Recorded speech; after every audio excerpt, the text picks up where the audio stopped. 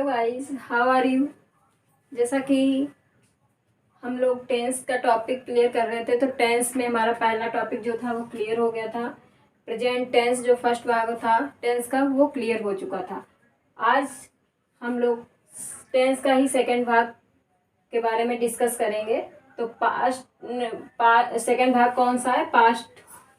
Past का पहला part है इंडेफिनिट या फिर सिंपल भी हम इसे बोलते हैं। इसे टू नाम से जाना जाता है, प्रेजेंट, पास्ट इंडेफिनिट और पास्ट सिंपल। जैसा कि प्रेजेंट के भी यही नाम थे, सिंपल और इंडेफिनिट। तो सिंपल में क्या देखते हैं? सिंपल में ये होता है कि साधारण ही हम वो बात को क्लियर कर देते हैं। जैसा कि आप देखेंगे यहाँ पे, उसकी पहचान के लिए यहाँ पे था है, थी है,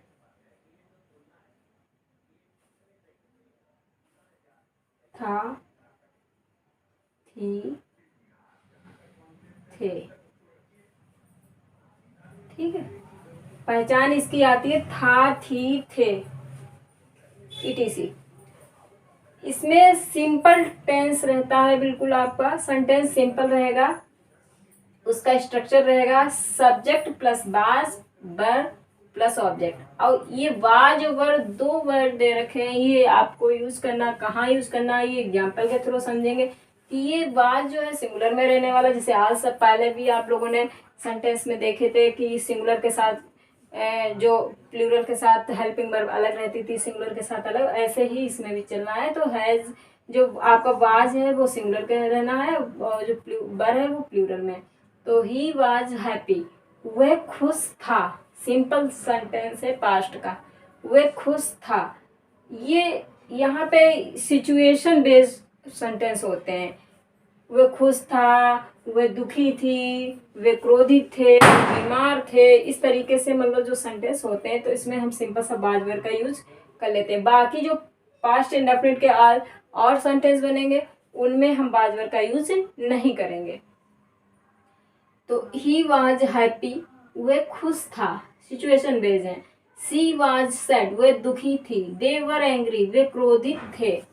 तो यहाँ पे हम था, थी के थ्रू ही सारे सेंटेंस को क्लियर कर रहे हैं, यानी सिंपल हमारा ये सिंपल में हो रहा है, पास्ट का सिंपल। अब पास्ट इंडेफिनिट पे आ जाइएगा। तो पास्ट इंडेफिनिट में ये इसी का मतलब है, वो सिंपल थे।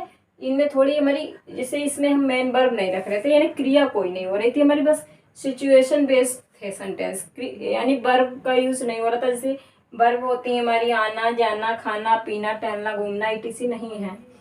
और ये जो इंडेफिनिट के टेंस बनने वाले हैं, इनमें आपके वर्ब बेस होंगे टेंस। इनकी पहचान होती था, थी, थे, आई थी, गई थी, यानी पूरी तरीके से पास्ट में ही हमारा कार्य जो है कंप्लीट होता हुआ दिखाई देगा कि हमारा जो वर्क है वो पूरी तरीके से कंप्लीट हो चुका होगा। तो यहाँ पे था, थी, थे, आई थी, गई थी, यानी इसकी जो साउंड लास्ट में आप लोग देख रहे हैं, साउंड जो निकल रही है ई, ए, थे, तो ये सब साउंड जो होती है इसकी पहचान है। अफर्मेटिव में स्ट्रक्चर देखिए, सब पहले सब्जेक्ट आता है, फिर सेकंड नंबर पे सेकंड फॉर्म और थर्ड नंबर पे ऑब्जेक्ट, यानी सब्जेक्ट, सेकंड फॉर्म, ऑब्जेक्ट। आप लोगों को ये बहुत रहता है कि पास्ट इंडेफिनिट टेंस जो है सबसे ज़्यादा टफ टेंस है। ऐसा कुछ नहीं है, सबसे ज़्यादा इजी टेंस होने वाला है ये। क्योंकि इसलिए इजी है क्योंकि इसमें कुछ नहीं होता है, सिर्फ आपको पॉजिटिव सेंटेंस में सेकंड फॉर्म रखनी होती है, निगेटिव इंट्रोगेटिव में फर्स्ट फॉर्म रखनी होती है। हमारा तो यही मानना है कि ऑल टेंस जो हैं, यानी आपके 12 टेंस होते हैं, उनमें से सबसे इजी टेंस यही लगता है कि इसमें कुछ नहीं आपको करना। इसमें आपको सिंगुलर प्लूरल का भी ध्यान नहीं रखना है। वो सिंपल में आवाज की वजह से था, बट इसमें आपको सिंगुलर प्लूरल का भी ध्यान नहीं रखना। आराम से चाहे सिंगुलर सब्जेक्ट हो या प्लूरल सब्जेक्ट हो, सेकंड फॉर्म का यूज करिए। ठीक है, और जो निगेटिव है उसमें डिड नॉट ही ऐड होने वाला है, क्योंकि चाहे आप सिंगुलर हो सब्जेक्ट या प्लूरल हो, डिड नॉट ही आने वाला है। और इंट्रोगेटिव में भी आपका डिड ही यूज होगा।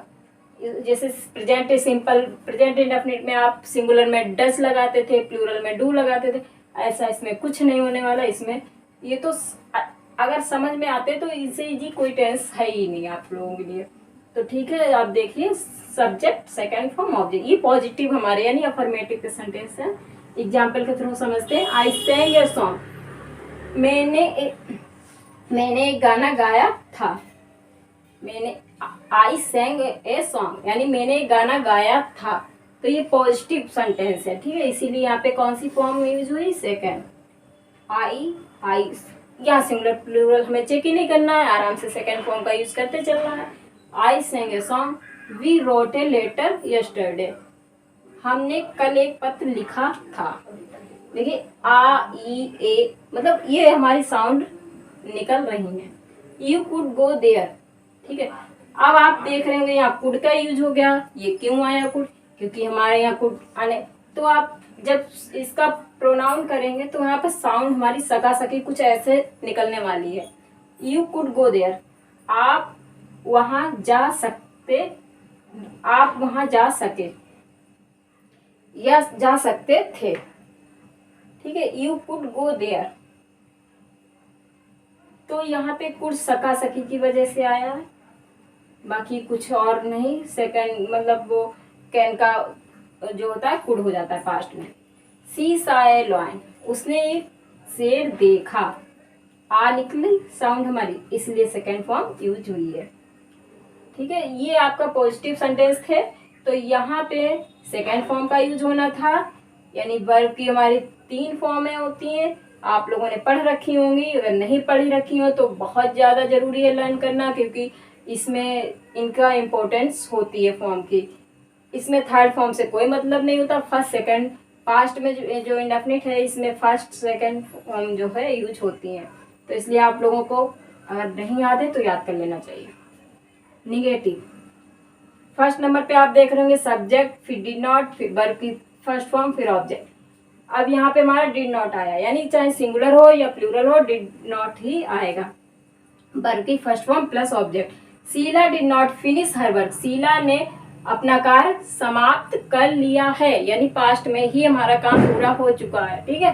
तो शीला ने अपना कार्य समाप्त नहीं किया है। यहाँ पे नॉट आप देख रहे हैं, इसकी वजह से आ रहा है कि यहाँ पे उसने अभी तक अपना कार्य समाप्त नहीं किया। Sheela did not finish her work. Her यहाँ क्यों लगा है, क्योंकि शीला आपका जेंडर की वजह से आया यहाँ पे हर। आई नेवर वेंट देयर, मैं वहां कभी नहीं गया। नेवर अगर आता है निगेटिव में, वैसे तो हमारी फर्स्ट फॉर्म ही रहती है, बट नेवर अगर यूज हो रहा है तो सेकंड फॉर्म यूज करेंगे आप। डिड नॉट के साथ फर्स्ट फॉर्म यूज रहती है, अगर आपका नेवर आता है तो आप सेकंड फॉर्म ही यूज करेंगे। He did not go there, वह आगरा नहीं गया था, वह आगरा नहीं गया था, ठीक है। इस पे डिड नॉट। अब आप लोग इंट्रोगेटिव पे आ जाइए। तो इंट्रोगेटिव में क्या है, यस नो टाइप, जैसे कि पहले बता चुके हैं। यस नो टाइप होगा तो हेल्पिंग वर्ब से सेंटेंस स्टार्ट होगा। यदि आपका क्वेश्चन वर्ड आता है कब कहाँ क्यों कैसे, तो हमारा क्वेश्चन वर्ड से स्टार्ट होने वाला है। Did plus subject plus verb की फर्स्ट फॉर्म प्लस ऑब्जेक्ट, ये हमारा यस नो टाइप का स्ट्रक्चर है। अगर WH टाइप होगा तो question word plus did plus subject plus verb की फर्स्ट फॉर्म प्लस ऑब्जेक्ट। इसमें भी फर्स्ट फॉर्म ही रहने वाली, इंट्रोगेटिव में भी फर्स्ट फॉर्म रहने वाली। Did your father go to Delhi yesterday, क्या आपके पिता कल दिल्ली गए थे, ठीक है। ये हमारा क्या से स्टार्ट हो रहा है, इसलिए डिड आया।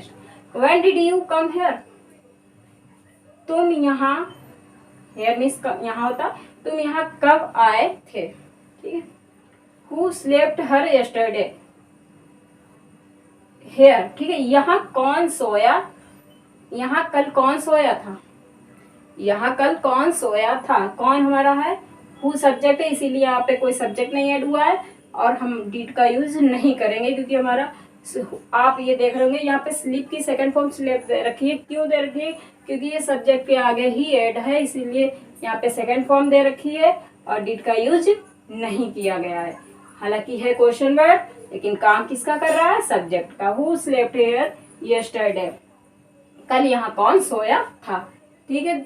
तो आप लोगों ने ये देखा कि हमारा अफर्मेटिव, निगेटिव, इंट्रोगेटिव जो है, इसके अफर्मेटिव में फर्स्ट सेकंड फॉर्म यूज होगी, निगेटिव और इंट्रोगेटिव में फर्स्ट फॉर्म यूज होगी। और आपका पास्ट जो है पास्ट का ये पहला पार्ट है इंडेफिनिट का, तो आप लोग ध्यान रखिए। इसी तरीके से अब पास्ट के हमारे आगे वाले भी पार्ट क्लियर होंगे, कॉन्टिन्यूअस, परफेक्ट वगैरह, ठीक है। तो आप इसे चाहे शॉर्ट स्क्रीन कर लीजिए, और इसमें सेकंड फॉर्म अगर आप लोगों को लर्न ना हो तो लर्न कर लीजिए, क्योंकि इनमें काफ़ी इम्पोर्टेंट होता है सेकंड फॉर्म का। और आप लोगों ने देखा होगा कि हम लोगों ने अभी तक इसका जो डिस्कस किया था पास्ट के बारे में, तो उसमें सिंपल भी था और इंडेफिनिट भी थे, यानी मेन वर्ब का भी काम हो रहा है और इनमें सिचुएशन बेस्ड कार्य हो रहा है। थैंक्स।